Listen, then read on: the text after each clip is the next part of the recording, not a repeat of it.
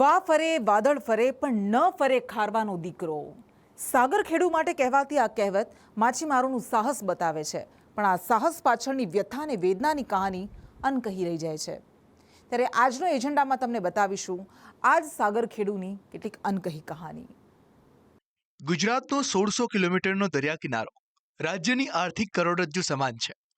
માછીમારોની સફર માત્ર માછલી પકડવાની નથી, પણ અફાટ દરિયામાં પોતાના અને પોતાના પરિવારના ભવિષ્યની શોધની છે. જીવના જોખમે પોતાના પરિવારનું ગુજરાન કરતા માછીમારોની વ્યથા જુદી જ છે. ગુજરાતમાં 15 ઓગસ્ટ બાદ માછીમારીની મોસમ ખુલે છે. માછીમારો 8 મહિના સુધી માછીમારી કરી 1 વર્ષ આખાનું પોતાના પરિવારનું ગુજરાન ચાલે તે રીતે મહેનત કરતા હોય છે. સૌથી મોટો દરિયા કિનારો છે તે ગુજરાત રાજ્યનો દરિયા કિનારો છે અને ખાસ કરીને માંગરોળ બંદર છે તે ખૂબ જ મોટું બંદર હોવાને કારણે હજારો લોકો જે છે તે અહીં રોજીરોટી કમાવા માટે આવતા હોય છે. ખાસ કરીને આજે સંદેશ ન્યૂઝ દ્વારા જે છે તે આખો દિવસ છે તે માછીમારોની શું સમસ્યા છે તેને લઈને જે છે તે માછીમારો સાથે વિતાવશે. દરિયામાં એકવાર બોટ ઉતરી એટલે નક્કી નહીં કે આ બોટ પાછી આવશે. માછીમારોના પરિવારો પોતાના ઘરના મોભીને ઉછળતા મોજાઓની સામે બાથ ભીડવા માટે તો મોકલે છે, પરંતુ જ્યાં સુધી તેઓ પાછા આવે ત્યાં સુધી પરિવાર ચિંતામાં જ હોય છે. મારો પતિ ફિશિંગમાં જાય છે, જ્યાં સુધી મારો પતિ આવે ને ત્યાં સુધી અમને બહુ ચિંતા થાય છે. મારો પતિ ભગવાનને અમે પ્રાર્થના કરી હતી, જ્યારે પણ મારો પતિ આવે ત્યારે અમને શાંતિ થાય. પતિ જાય 4-5 દિવસ માટે જાય, હવે તોફાનમાં પણ અમને બહુ ચિંતા થાય છે. દરિયામાં ઉતરેલા માછીમારો માટે બોટ જ તેમનું ઘર હોય છે. રાત દિવસનો મોટા ભાગનો સમય બોટ પર જ વીતે છે, જે એક પડકારજનક જીવન છે. 21 દિવસ સુધી સતત પાણી વચ્ચે 24 કલાક રહેવું તે ખૂબ જ અઘરું કામ હોય છે. સાથે સાથે દરિયામાં પડતી મુશ્કેલીઓ સામે પણ ઝઝૂમવું પડતું હોય છે. સંદેશ ન્યૂઝ દ્વારા આજે છે તે ખલાસીઓને પડતી મુશ્કેલી લઈને જે બોટમાં જે છે આખો દિવસ પસાર કરવામાં આવતો. ખાસ કરીને આ બોટ છે કે જ્યાં ખલાસીઓ 5 થી 7 જેટલા ખલાસીઓ છે તે માછીમારી કરવા માટે જતા હોય છે. તમામ વ્યવસ્થાઓ જે છે તે આ બોટમાં જ હોય છે.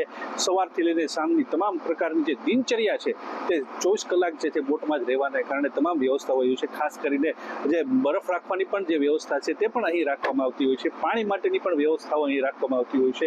ઉપરાંત જે 21 દિવસ સુધી પસાર કરતા હોય છે દરિયામાં, તેને લઈને જમવાની પણ રહેવાની પણ તમામ વ્યવસ્થાઓ જે છે તે આ બોટ પર જ કરવામાં આવતી હોય છે.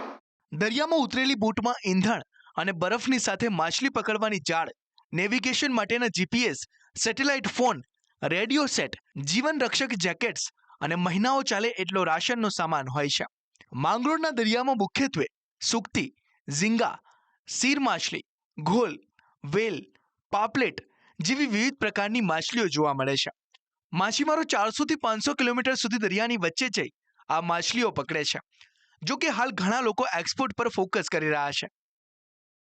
દેશમાં આપણું રાજ્ય એક્સપોર્ટમાં ઘણા સારા નંબર ઉપર સ્થાન ધરાવે છે અને ઘણા સારું દેશની જે જીડીપી છે ફિશરીઝની, એમાં આપણા રાજ્યનો પણ ઘણો સારો એવો ફાળો આમાં છે. જૂનાગઢ જિલ્લાનું સૌથી મોટું બંદર માંગરોળ છે, પણ અહીં અનેક અસુવિધાઓ છે કે જેને લઈને પણ રાજ્ય સરકારમાં અને કેન્દ્ર સરકારમાં રજૂઆતો કરવામાં આવી છે.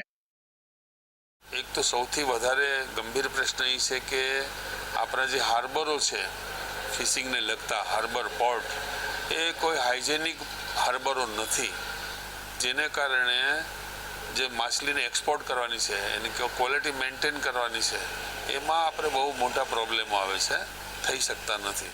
દરિયો ખેડવા ઉતરેલા ખલાસીના મનમાં એક તરફ માછલીનો સારો જથ્થો મળે તેની આશા હોય છે, તો બીજી તરફ દરિયાના ખરાબ હવામાન, મશીન બગડવું કે પાકિસ્તાન મરીન દ્વારા પકડાઈ જવાનું જોખમ પણ હોય છે. જો કે હાલના ધારાસભ્ય આ મામલે ઘણા પ્રયત્નો કરી રહ્યા છે. આ વિસ્તારમાંથી ઘણી બોટો આપણી હદમાંથી પાકિસ્તાનના મરીનવાળા લઈ જાય છે. એમાં અમારા આગેવાન વેલજીભાઈ મસાણીને કેન્દ્ર સરકાર દ્વારા એને છોડાવવાના પ્રયત્નો કરે છે. વેલજીભાઈ અત્યાર સુધીમાં 11 વખત લગભગ પાકિસ્તાન જઈ આવ્યા છે અને કેદીઓને છોડાવવાના ખૂબ જ પ્રયાસો કેદી છોડે છે, પરંતુ જે બોટો પકડાની છે પાકિસ્તાન આપતી નથી, એટલે એના માટે પણ વાટાઘાટો ચાલી રહી છે. વિસ્તારના સાંસદે માહિતી આપી છે કે માંગરોળ બંદરના વિકાસ માટે અને ચોરવાડમાં નવું બંદર બનાવવા માટે સરકાર દ્વારા ગ્રાન્ટ મળી છે અને ટૂંક સમયમાં તેની કામગીરી શરૂ કરાશે.